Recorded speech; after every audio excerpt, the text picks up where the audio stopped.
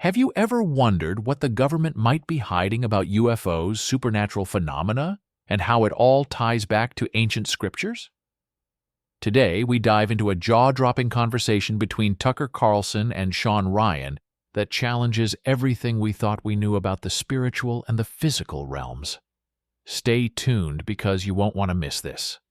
Hey everyone, welcome back to Verse Revelations.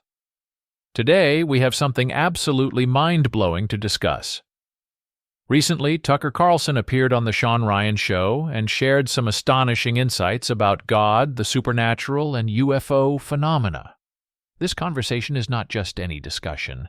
It's one that links our faith to modern mysteries and age-old beliefs. Let's dive right in and don't forget to stick to the end because he shares the reason as to why he thinks the government might be hiding this from the people. What I find so striking about the UFOs, this is the main takeaway I have, is like there's this debate like, is this stuff, these phenomena, which are clearly, obviously real? I mean, there's no debate about that. There's a lot of shit that people can't explain in the sky and underwater. We know that. Fact. So the debate is this government technology? Is it from outer space or is it some spiritual realm here? I've already told you my view of it. But what I find so interesting, we know the government's lied about it. They're lying about it now. That's a fact. There's no way around that. They have absolutely lied about it in very elaborate ways. I am really struck. Here's my current thinking on it. The main effort that the U.S. government has put into its disinformation, its lying on this topic, has been not to mislead you on the technology. Like, they're not telling me they don't have anti-gravity technology. It sounds from watching your podcast that they do, which I believe. No problem believing that. Their main interest is in convincing you that the supernatural is not real. And if you watch, and there are people in the media who specialize in spreading these lies on behalf of the government. I'm not going to name anybody, but like some of them work at the New York Times. Once you realize what the point of the exercise is, it's crazy. And I hope you'll assess all the fact-checking and the skepticism on UAPs through this lens. The main thing they want you to believe is the supernatural is not real. Tucker starts by acknowledging the undeniable existence of unexplained phenomena, both in the sky and underwater. But here's where it gets even more interesting. He connects these phenomena to ancient texts and religious beliefs, including those in the Bible. Let's take a closer look. Can you articulate it? Well, I think it's a really old story. I think it's a really old story. So that's what I think. What is it? Well, one, I'm a Christian and I am fairly sincere about it. I try to be sincere about it. More sincere than ever, for sure. But one thing that you notice about every world religion I'm familiar with, I'm interested in that topic. There are commonalities between religions.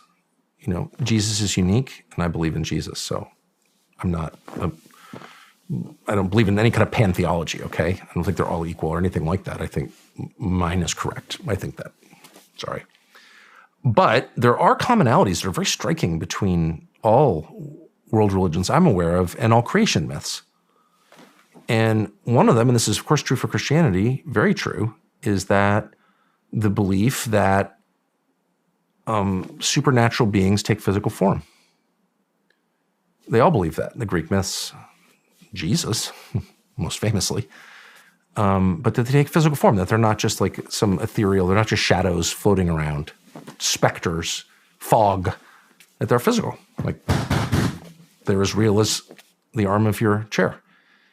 And that they reproduce with people. Again, Christianity believes that. Jesus. Immaculate conception. Spirit reproduces with human woman. That's what the story is. And it's described in Genesis as well, in Genesis 6.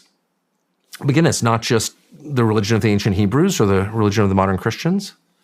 It's Hinduism as well, and the animist religions, the religions of, to the extent we understand them or know about them, of the American Indians, all the same. Tucker points out a fascinating commonality. The belief that supernatural beings take physical form. This isn't just a Christian belief. It's echoed across many world religions and ancient myths. For instance, in Genesis 6:1-4, We read about the sons of God coming to earth and having children with human women. The Bible says in Genesis 6:1-4, "When human beings began to increase in number on the earth, and daughters were born to them, the sons of God saw that the daughters of humans were beautiful, and they married any of them they chose." The term sons of God in this context refers to fallen angels, demons who, along with Satan, rebelled against God and were cast out of heaven.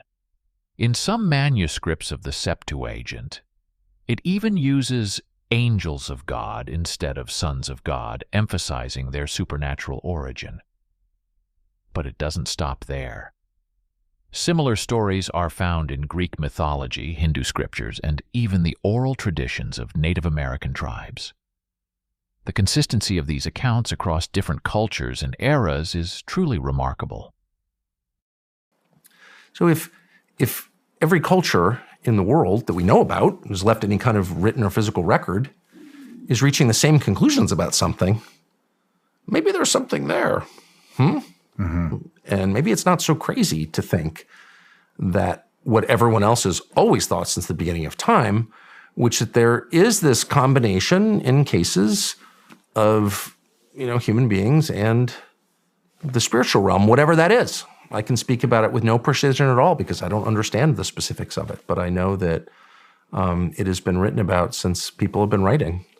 And so it's a little weird to think that in 1945, really the day we dropped that first bomb on Hiroshima, from then until now, it's just a speck of time in the continuum of history. For that one period, we've assumed that's not true, but everyone else has always assumed it is true. Tucker suggests that if every culture throughout history has believed in the physical manifestation of spiritual beings, maybe there's more truth to it than modern skepticism allows. Now here's the kicker. Tucker believes that the U.S. government's primary goal isn't just to hide advanced technology, but to convince us that the supernatural isn't real. Why would they do that? Let's think about it. What I find so striking about the UFOs, this is the main takeaway I have, is there's this debate is this stuff, these phenomena, which are clearly, obviously real. I mean, there's no debate about that. There's a lot of shit that people can't explain in the sky and underwater. We know that. Fact.